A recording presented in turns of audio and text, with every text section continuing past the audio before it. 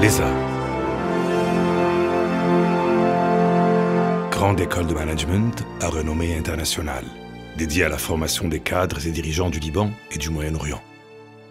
Fruit de l'amitié franco-libanaise, elle a su réussir sa mission de former les élites du Liban et de la région à devenir les leaders de demain. L'ESA est devenue un véritable pôle de rayonnement académique. Ses professeurs sont exclusivement issus des meilleures écoles de management d'Europe. L'ESA aujourd'hui, c'est plus de 300 professeurs internationaux, 2 diplômes internationaux, un réseau de plus de 3500 anciens dans le monde entier.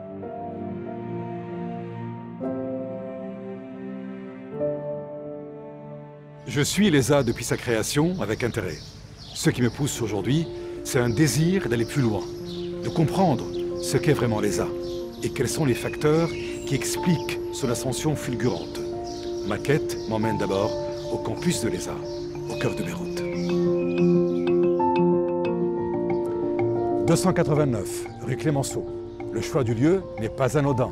Il est même idéal pour une grande institution, située au sein même du monde des affaires, à proximité des universités et des banques, mais également des grands hôtels et immeubles de prestige, au centre d'une ville en ébullition, à mi-chemin entre Orient et Occident. Le lieu est aussi chargé d'histoire. Il est vrai que l'ESA célèbre en 2021 ses 25 ans d'existence, mais l'histoire du site qui l'héberge remonte à plus de 150 ans.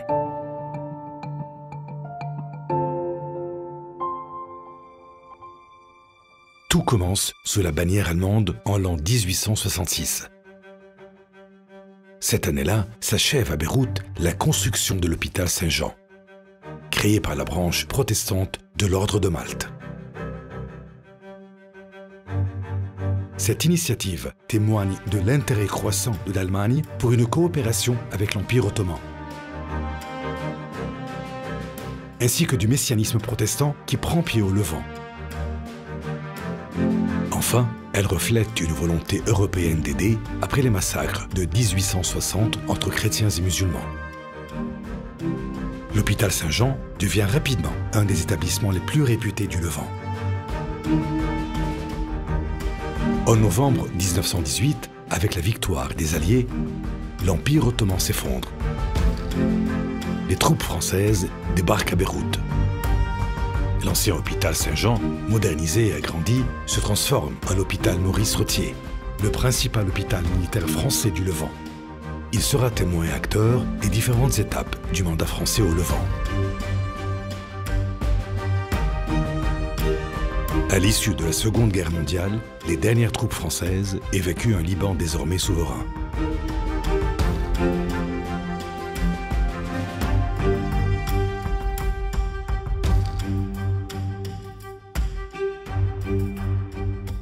L'hôpital militaire français de Beyrouth perd sa raison d'être. Resté propriété française, il devient le siège de la chancellerie diplomatique de la France au Liban. Il hébergera les principaux services de l'ambassade de France. Les lieux perdent brutalement leur sérénité avec le début de la guerre libanaise en 1975. Le site Clémenceau se situe tout près de la ligne de front qui va très vite séparer Beyrouth-Est de Beyrouth-Ouest, et ce pendant 15 ans de guerre. Afin de se protéger des batailles qui font rage alentour, les différents pavillons sont barricadés avec sacs de sable, barbelés et champs de mines. Quand s'achève la guerre, il ne reste du site qu'une triste forêt vierge, jonchée de vitres brisées et aux bâtiments délabrés. Tout va changer en 1995, grâce à la détermination de Jean-Pierre Lafont, représentant de la France au Liban de 1994 à 1997. Très vite, l'idée se précise, celle de redonner vie aux 33 500 m² du 289 rue Clémenceau, en y installant une grande école de gestion. L'initiative de M. Lafont répond à une volonté claire, celle de la France, partenaire historique du Liban, de marquer par un symbole visible la relance de la coopération entre les deux pays, aidant ainsi à sa reconstruction.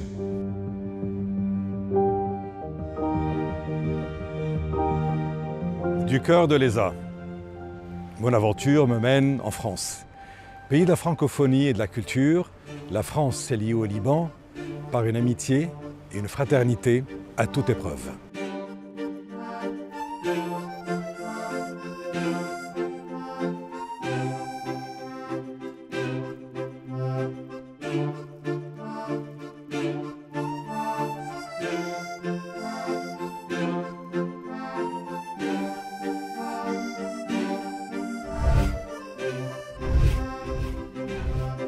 Jean-Pierre Lafont, bonjour. Vous étiez l'un des membres fondateurs de l'ESA. Vous avez été l'un des piliers. L'ESA, avant qu'elle ne soit ce qu'elle est aujourd'hui, ça a été une idée, un concept. Et avant de parler du cheminement de cette école-là, comment l'idée a-t-elle émergé et comment elle fut amorcée? Je suis arrivé au Liban, je ne connaissais rien et comme toujours, comme diplomate, d'abord connaître le terrain. Et j'ai visité évidemment la chancellerie de France et c'était un terrain de 30 hectares, miné, gardé par les gendarmes. J'ai dit un terrain de 30 hectares à côté de l'American University de Beyrouth, dans ce quartier de Hamra, on ne va pas remettre l'ambassade là-bas, ce serait du gaspillage. On va faire une grande école française et j'ai eu tout de suite l'idée d'une école de management. L'École supérieure des affaires voit le jour le 5 avril 1996.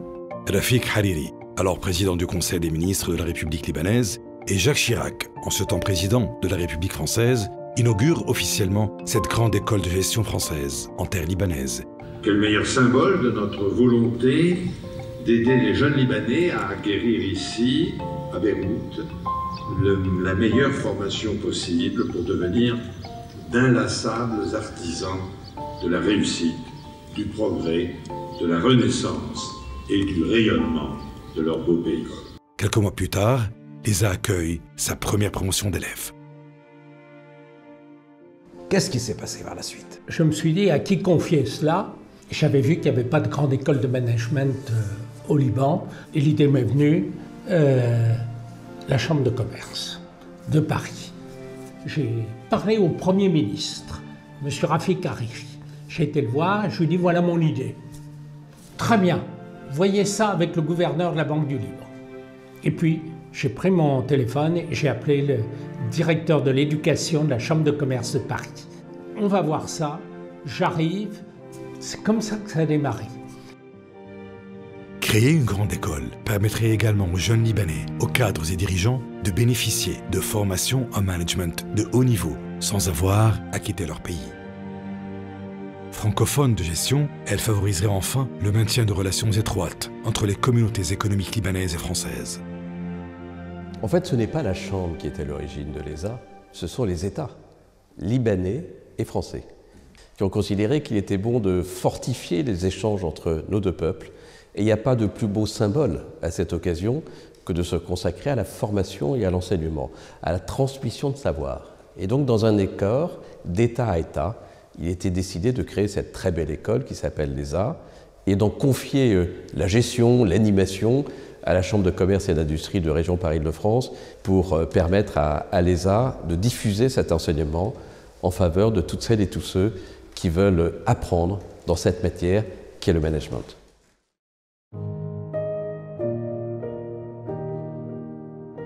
La France et le Liban sont liés par des liens d'amitié d'exception. Et pour la Chambre de commerce, c'était un honneur que de pouvoir servir cette relation. C'est un rôle unique que joue l'ESA parce que c'est une école basée sur des relations franco-libanaises. Le Liban est encore un pays francophone pour partie et c'est un élément important dans la relation que les deux pays peuvent entretenir. J'allais dire que c'est peut-être même le seul pays qui soit francophone dans cette région. Et j'ai vu aussi ce que c'était que la relation de l'ambassade avec l'ESA. D'abord, il y a une chose très simple, c'est qu'il se trouve que c'est l'ambassadeur de France, aujourd'hui une ambassadrice, qui co-préside le conseil de surveillance de l'ESA. Donc déjà, on a déjà un lien organique avec l'ESA. Ensuite, je dirais, au-delà de ces échéances, vous avez surtout une relation au quotidien, une relation qui est très fluide, une relation qui est de confiance.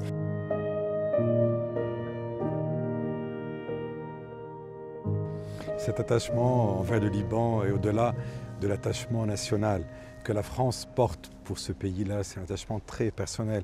D'ailleurs, je me rends compte que vous avez une cravate de couleur verte. Et ça rappelle, justement, ça rappelle la couleur du cèdre du Liban. Oui, il y a un phénomène qui est inaliénable, c'est le cœur. Alors, je dis le cœur d'une part, mais il y a le fond. Le fond, c'est la qualité des étudiants de l'ESA. Et je vais vous dire quelque chose auquel je crois profondément, c'est que je pense que les Libanais ont des étudiants hors normes et de grande qualité. Je le dis parce que c'est le moment de le dire, ça fait plaisir, mais c'est une réalité.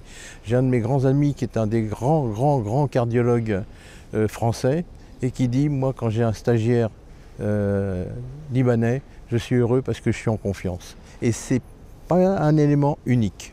Je vais au Liban au moins une fois par an depuis une bonne vingtaine d'années et je vois à quel point ce pays a souffert et en même temps a une capacité de redressement qui est assez spectaculaire. L'ESA est au centre de nos priorités. D'ailleurs, j'observe que les résultats de l'ESA sont excellents. J'observe que l'attractivité de l'ESA est assez remarquable. Et à partir de l'ESA, à partir de Beyrouth, à partir du Liban, il y a un rayonnement sur toute la Méditerranée qui est aidé, c'est vrai, par la diaspora libanaise. L'ESA non seulement a fait la preuve de son excellence, et en plus est en mesure de rayonner plus encore qu'elle ne le fait aujourd'hui, avec déjà beaucoup de réussite. Pour nous, il est très important que les personnes vivant au Liban, les Libanais par excellence, puissent avoir accès à une école d'excellence. La Chambre de commerce en a fait une école d'excellence en déléguant un de ses grands créateurs à l'époque, suivi de notre cher Stéphane Attali, et maintenant Maxence Duhaut. Ce sont 3 Français lourdement investis dans leur mission. Maxence Duhaut, en plus, lui, marié avec une Libanaise, il a fait très fort, voyez-vous, et il s'est vraiment inséré dans le milieu libanais.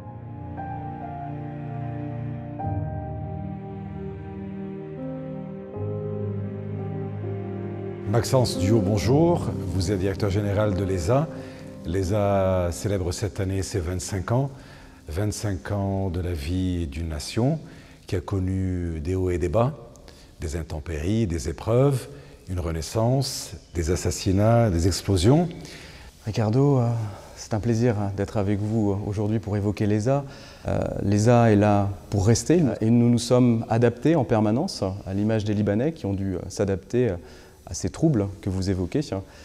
Nous avons progressé, nous avons grandi, nous avons changé parfois pour mieux nous positionner au service de la communauté libanaise.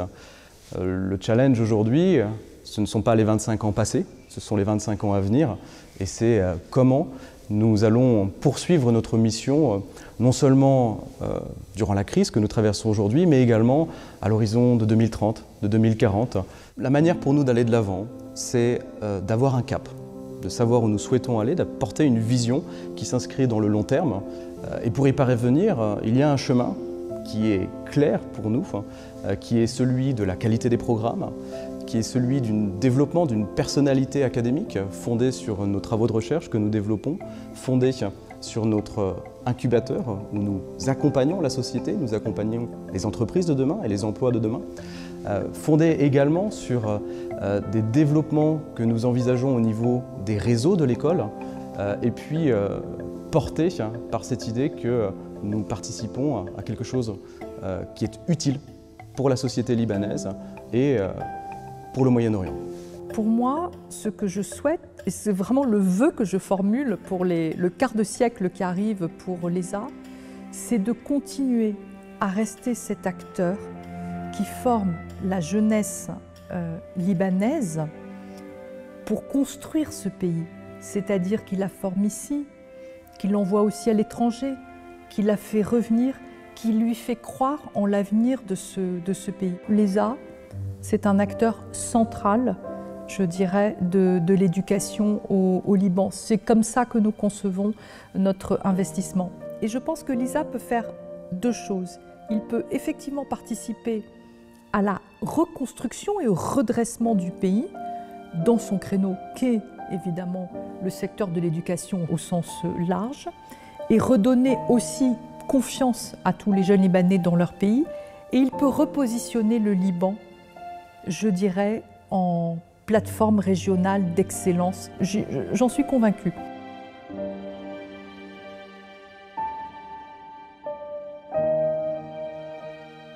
L'ESA a ainsi œuvré dès ses débuts à un développement continu des collaborations académiques.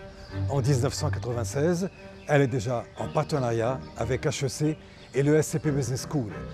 L'ESA a aujourd'hui plus de 15 partenaires académiques de grande renommée. Tous les étudiants de l'ESA sont titulaires d'un double diplôme, celui de l'ESA et celui de l'une des écoles partenaires. L'ESA, c'est, je dirais, un modèle qui est exceptionnel. Très fortement ancrée localement, mais toujours très ouverte par la grande mobilisation du corps professoral. Bon, je suis un peu parti pris là-dedans parce que justement, j'en fais partie de ces professeurs qui se rendent très très souvent à l'ESA. Donc des experts qui viennent du monde entier et au contact des entreprises et des jeunes qui sont formés à l'ESA. Donc c'est une formation vraiment top edge, comme on dit, donc qui est au plus haut standard, avec des diplômes qui ont des reconnaissances internationales que peu d'autres institutions au Liban ont. Une grande flexibilité, une grande agilité. En 1997, c'est le lancement du premier programme diplômant, le MBA, en partenariat avec le SCP Business School. Première business school du Liban, l'ESA s'associe à la plus ancienne business school du monde, le SCP. L'ESA obtient ainsi, en 2014 et en 2017, l'accréditation en bas, la plus haute distinction internationale pour ces programmes MBAs. Olivier Delbar, vous êtes directeur scientifique du programme MBA à l'ESA. Effectivement, un MBA est surtout là pour faire naître en eux ou développer en eux les qualités de leadership, tout ce qui fait qu'un manager aujourd'hui aussi doit comprendre le monde dans sa complexité. Je peux facilement dire que l'ESA m'a ouvert de grandes portes. Cette concentration du programme sur les différents départements d'une entreprise m'a appris à gérer avec beaucoup d'aisance les différentes fonctions du milieu du travail. Dans mon parcours professionnel, je peux dire que l'ESA a été un point culminant qui m'a poussé à prendre des responsabilités. C'est comme ça que j'ai appris à affronter la réalité des choses avec beaucoup d'aisance. En 1999, c'est le lancement du Executive MBA, EMBA, pour les professionnels en activité. D'abord, je dirais que nous avons deux programmes MBA, donc le MBA et l'Executive MBA. On a évidemment ajouté à ça cette dimension internationale, puisque dans les deux programmes, les étudiants ont des voyages d'études à Singapour, à Paris, des échanges avec les campus de l'ESCP. C'est un programme où on essaye d'échanger à partir des expériences des participants, le professeur aussi également, parce que nous sommes pour la plupart aussi des praticiens, nous avons une expérience de terrain. Je pense pouvoir dire que notre pédagogie est plutôt une pédagogie dynamique, très interactive, où une fois de plus les étudiants apprennent autant d'un contenu qu'on leur transmet, mais aussi des compétences, des soft skills, de l'échange aussi entre les participants sur leur propre expérience. 1999, c'est aussi la création du MSF, Master de spécialisation en finance, devenu aujourd'hui le Executive Masters in Financial Management, en partenariat avec l'ASDA Bocconi. Tout d'abord, le master en finance, je l'ai fait tout de suite après mes études en droit. Donc j'avais besoin de cet apport d'une matière d'un monde qui était inconnu pour moi. Et l'ESA m'a permis en 2005-2006 de prendre ce bagage qui m'a permis de pousser ma carrière dans ce domaine-là. En 2015, c'est le lancement du BBA, Bachelor in Business Administration. Je suis sortie de l'ESA, je savais absolument tout ce que je devais savoir, théoriquement en tout cas, pour les cours fondamentaux, et à la fois l'aspect pratique, le fait qu'on puisse avoir le développement personnel, donc des cours de public speaking, et aussi le fait qu'on nous donne la parole, qu'on nous donne l'occasion de nous exprimer, qu'on nous donne l'occasion de tout simplement en fait être nous-mêmes. Du fait qu'on soit un petit nombre, ça nous a permis de pouvoir aussi tisser des liens avec nos enseignants, qui sont des personnes qui sont très bien insérées dans le monde du travail, que ce soit au Liban ou à l'étranger, que j'ai pu créer mon réseau, j'ai pu parler avec mes professeurs, leur demander des conseils sur ma carrière, sur mes aspirations, toujours dans la bienveillance et toujours très constructive.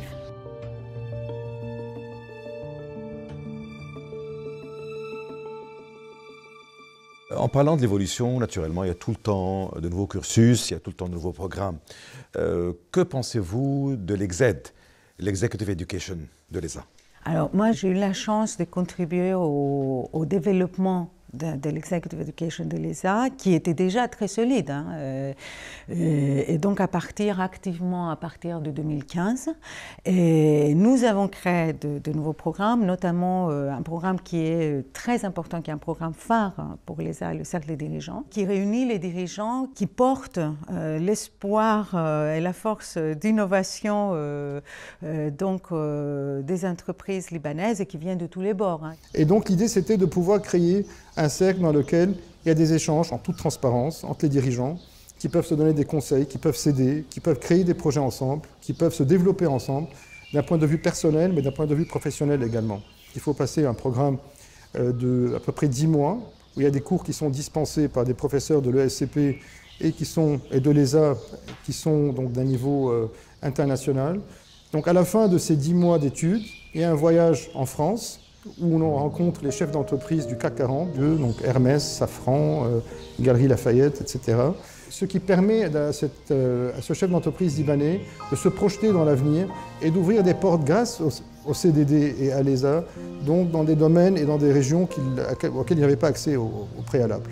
Mais aussi, nous avons pensé qu'il fallait aussi compléter la formation par une formation de leadership avec l'école spéciale militaire de Saint-Cyr, où nous prenons donc ces nouveaux prédiplômés, donc faire un stage en situation, et pour comparer le leadership chez les militaires au leadership dans le domaine civil. Suite à mon retour au Liban en 2019, je me suis engagé au niveau des cercles des dirigeants, vu que je suis aussi chef d'entreprise actuellement d'un bureau d'avocats au Liban régional. Le CDD m'a permis à l'ESA de rentrer et découvrir à nouveau comment la communauté libanaise au niveau du business fonctionnait et de m'adapter aussi au marché. Donc je me rappelle l'année passée, en pleine crise, au niveau du CDD, on a eu une dizaine de conférences. Le partage des idées, des problématiques, des solutions était essentiel. Donc on a senti que l'ESA nous accompagnait.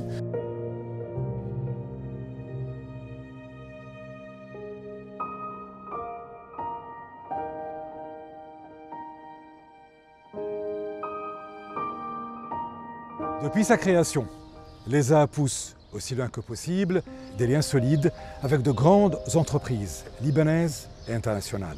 Alors, notre relation avec l'ESA a commencé en 2006, donc ça fait 15 ans.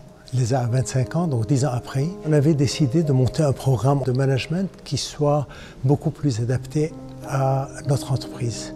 On a 20 de nos cadres supérieurs qui participent tous les ans depuis 2006 et d'une façon extrêmement régulière. Donc je dirais une belle histoire. Ce que j'ai beaucoup apprécié, c'est cette flexibilité de pouvoir adapter, apprendre et se réinventer et continuer à développer un programme qui reste pertinent au travers des ans.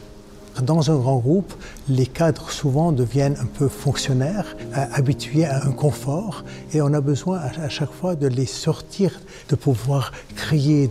On a besoin qu'ils collaborent ensemble. Quand je vois les résultats qu'on a obtenus, on a pu retrouver cette envie de mordre, cet esprit d'entrepreneuriat, cet esprit de collaboration entre eux qui s'est développé. Donc l'executive education, elle est très dynamique, même dans les situations les plus difficiles comme celles que nous vivons aujourd'hui.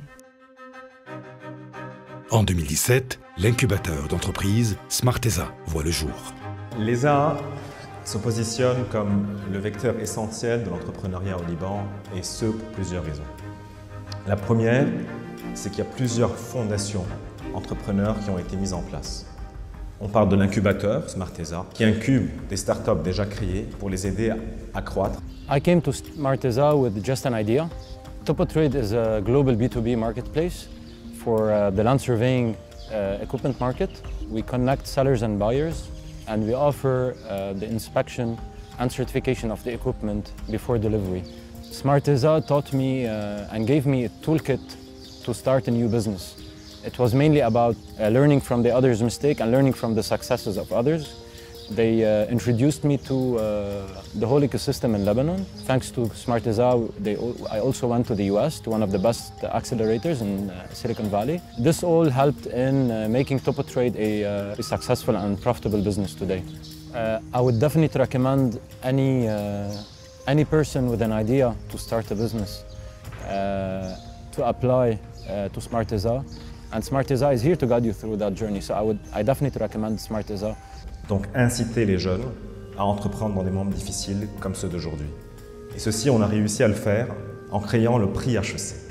Et le prix HEC, c'est à permettre à un ou une entrepreneur libanais ou libanaise de partir à Paris, de passer 6 mois à Station F, qui est le plus grand incubateur du monde, ouvrir des marchés à l'international, trouver des financements. Une autre condition, c'est celle que cette start-up qui réussit à l'étranger recrute au Liban. Et c'est là le message en fait, de l'entrepreneur libanais. Ouvrir les marchés du monde, permettre à la jeunesse libanaise de croire en l'avenir de ce pays pour le reconstruire.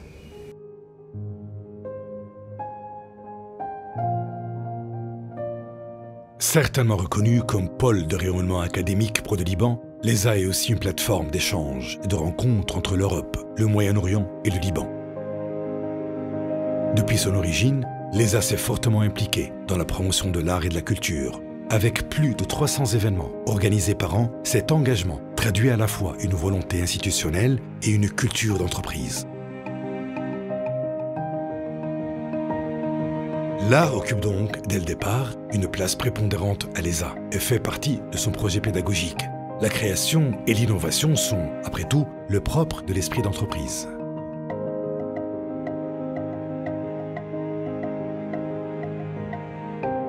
L'ESA et les jardins qui l'entourent deviennent, au fil du temps, un lieu d'exposition artistique. L'ESA est un centre de l'art et de la culture par excellence au Liban.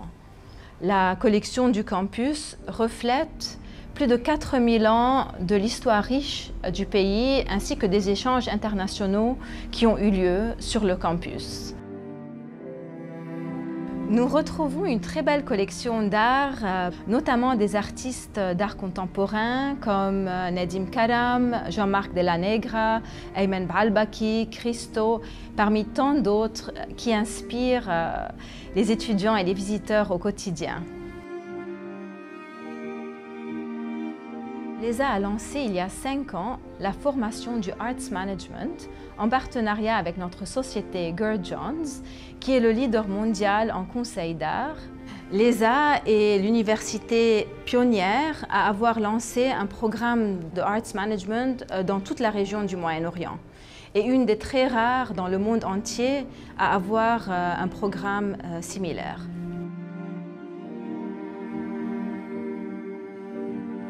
L'ESA, c'est l'expression de la francophonie en action, une valeur très chère à l'école que partagent des partenaires privilégiés, comme par exemple le seul quotidien francophone du Liban, L'Orient le Jour. Michel Halouzet, directeur exécutif de L'Orient le Jour. L'Orient le Jour a suivi l'ESA depuis sa création en 1996. Ça fait 25 ans. Les deux institutions ont des valeurs communes et une longue amitié. Pour nous, l'ESA est une de nos institutions partenaires les plus importantes. L'ESA, c'est pour nous le lieu de l'éducation, le lieu de la culture. C'est aussi un lieu très important pour le débat d'idées. Et nous, notre rôle en tant que journal, en tant que groupe de presse, c'est au-delà de l'information, c'est aussi de faire naître, de faire vivre, de faire vibrer ce débat d'idées pour que naisse l'idée du Liban de demain et de la société de demain et de la région également. Ça fait 25 ans qu'on travaille ensemble. C'est une relation forte parce qu'elle s'appuie sur des valeurs communes. Avant tout l'attachement au Liban, l'attachement à l'institution académique et au monde académique et l'attachement à la francophonie. L'ESA et L'Orient le Jour sont parmi les derniers bastions de la francophonie au Liban et dans la région. Plein de gens estiment que la francophonie est en régression. Le contexte est très difficile. Il y a la montée de l'anglais, il y a aussi le contexte général qui fait que les populations, disons les élites libanaises qui sont éduquées en grande partie en français, émigrent massivement. Donc évidemment, quand on perd les gens qui ont été éduqués en français, qui pratiquent le français, ça affaiblit la francophonie. Malgré tout, je pense qu'on sous-estime l'attachement des Libanais à la francophonie. Et je pense qu'on ne peut pas seulement concevoir le Liban aujourd'hui comme ce pays de 10 452 km², c'est aussi toute la diaspora libanaise à l'étranger, d'où l'importance des liens entre le Liban et la France, ce que l'ESA fait avec l'ESCP, ce que nous avons fait ensemble avec l'ESA, le lancement du prix ESA HEC, par exemple, la création de liens très forts entre Beyrouth et Paris, entre des institutions libanaises et des institutions françaises, tout ça, ça permet de renforcer la francophonie et de lui donner cet aspect, je dirais presque global, qu'est la francophonie libanaise. Quand vous associez l'expertise française en matière d'enseignement, certes enseignement supérieur, la francophonie, plus l'innovation, vous avez pour moi les 3 ingrédients qui font que l'ESA est complètement à part, je dirais, dans le paysage à la fois local de formation, dans notre réseau, puisque moi je regarde aussi tous les projets qu'on peut avoir à l'échelle internationale qui se rapprocheraient peu ou prou, l'ESA c'est vraiment à part. Et c'est pour ça d'ailleurs que moi je pense que l'ESA, en tant que plateforme innovante et performante d'enseignement francophone, par les partenariats qu'elle peut tisser, et servir non seulement de fer de lance de la francophonie dans le pays, au Liban, mais aussi dans la région. L'ESA est l'un des pôles de la francophonie au Liban, dans une région où la francophonie justement est en perte de vitesse. Vous pensez que l'ESA peut continuer à défendre les valeurs de la francophonie et de les véhiculer? Elle est importante parce qu'elle témoigne de la richesse des relations entretenues entre le Liban et la France, la chaleur des relations que nous pouvons entretenir par ailleurs. Elle montre que l'enseignement est en dehors de toute la sphère politique, et c'est important, et en même temps, elle est, c'est vrai, un témoignage de la francophonie. Donc il y a à la fois pour nous cet axe fort sur l'enseignement, et en même temps une coopération économique qui peut se renforcer, et par là même, c'est bon pour les 2 peuples, libanais et français, et en même temps, c'est bon, je crois, pour la francophonie. Autre élément d'importance, celui du réseau des anciens élèves de l'ESA. Il rassemble à ce jour plus de 3500 alumni et répartis dans tous les secteurs d'activité et tous les pays. La communauté formée par les étudiants diplômés, mais aussi professeurs et amis de l'ESA, va au-delà des frontières. Son influence grandissante est l'une des grandes forces de l'école. Fadia Safi est présidente et cofondatrice de l'association Césobel. Robin Rich, DG de l'association Arc-en-Ciel. Et Sandra Khlat, présidente et fondatrice de l'association Basma. Vous y avez passé presque 2 ans. Naturellement, vous avez tissé des relations, vous avez vécu des moments inoubliables. Ça fait 20 ans que j'ai quitté cet établissement, mais en fait, je ne l'ai jamais quitté. Quand Basma a été fondée, nous avons établi un partenariat avec l'ESA. Les réunions mensuelles se déroulaient ici dans les salles de classe. Nous avons organisé à 2 reprises des dîners de levée de fonds dans ce jardin même. Nous avons organisé de nombreuses conférences, participé à de nombreux forums pour l'emploi. Et ça, c'est la force de l'ESA parce qu'on a toujours été une grande famille. On a toujours gardé les contacts, que ce soit avec la direction, avec le corps professoral et même avec les élèves de ma promo. Nous sommes vraiment toujours en contact, on se voit régulièrement. Aujourd'hui, il faut trouver un moyen de coordination et de collaboration entre les différents acteurs. Et en ce sens, il y a eu une initiative qu'on a essayé, après l'explosion de Beyrouth, avec les AMEM, de créer un réseau entre les différents ONG de façon à capitaliser les ressources, à trouver un moyen de coordination et de communication entre les différents acteurs sur le terrain. Et l'ESA met à notre disposition toutes les ressources et tous les lieux pour pouvoir gérer et essayer d'harmoniser un peu ces initiatives.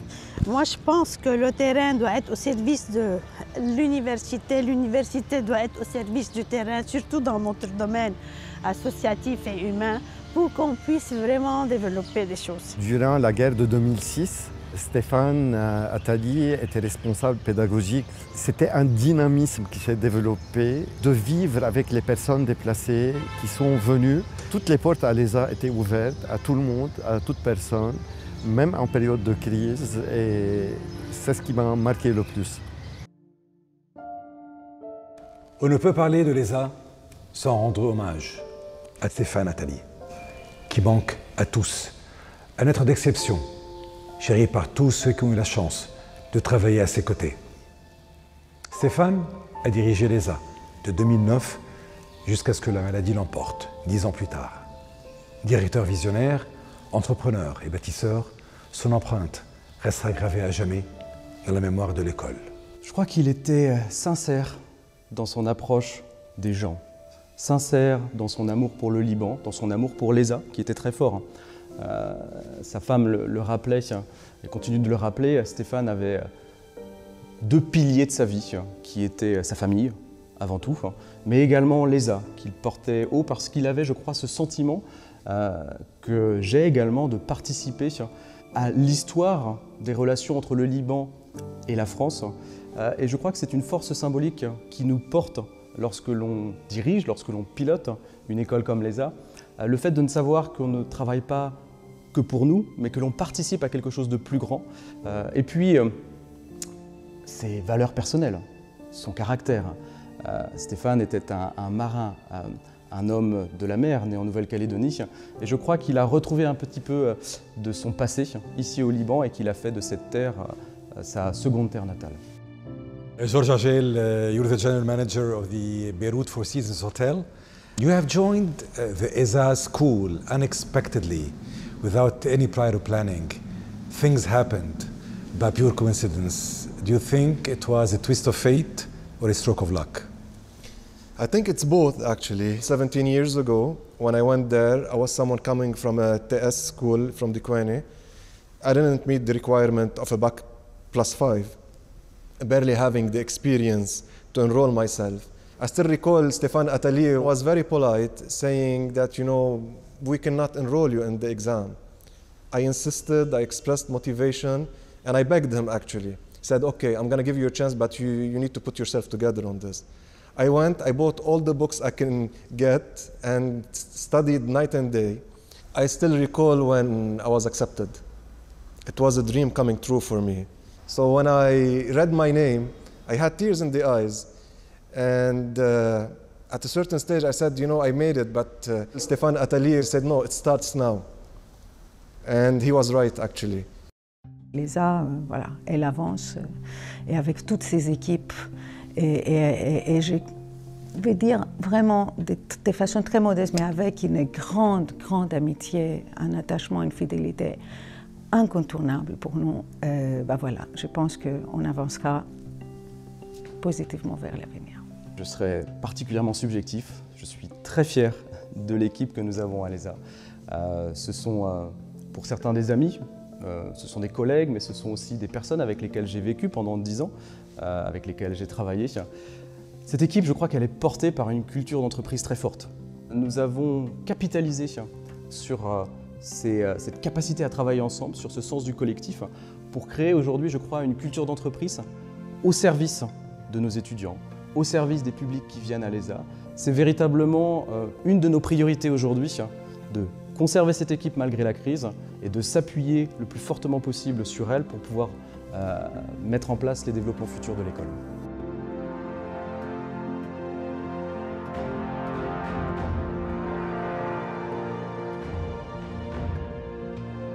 Il me semble donc que l'ESA, c'est d'abord l'expression de l'engagement infaillible de la France aux côtés du Liban.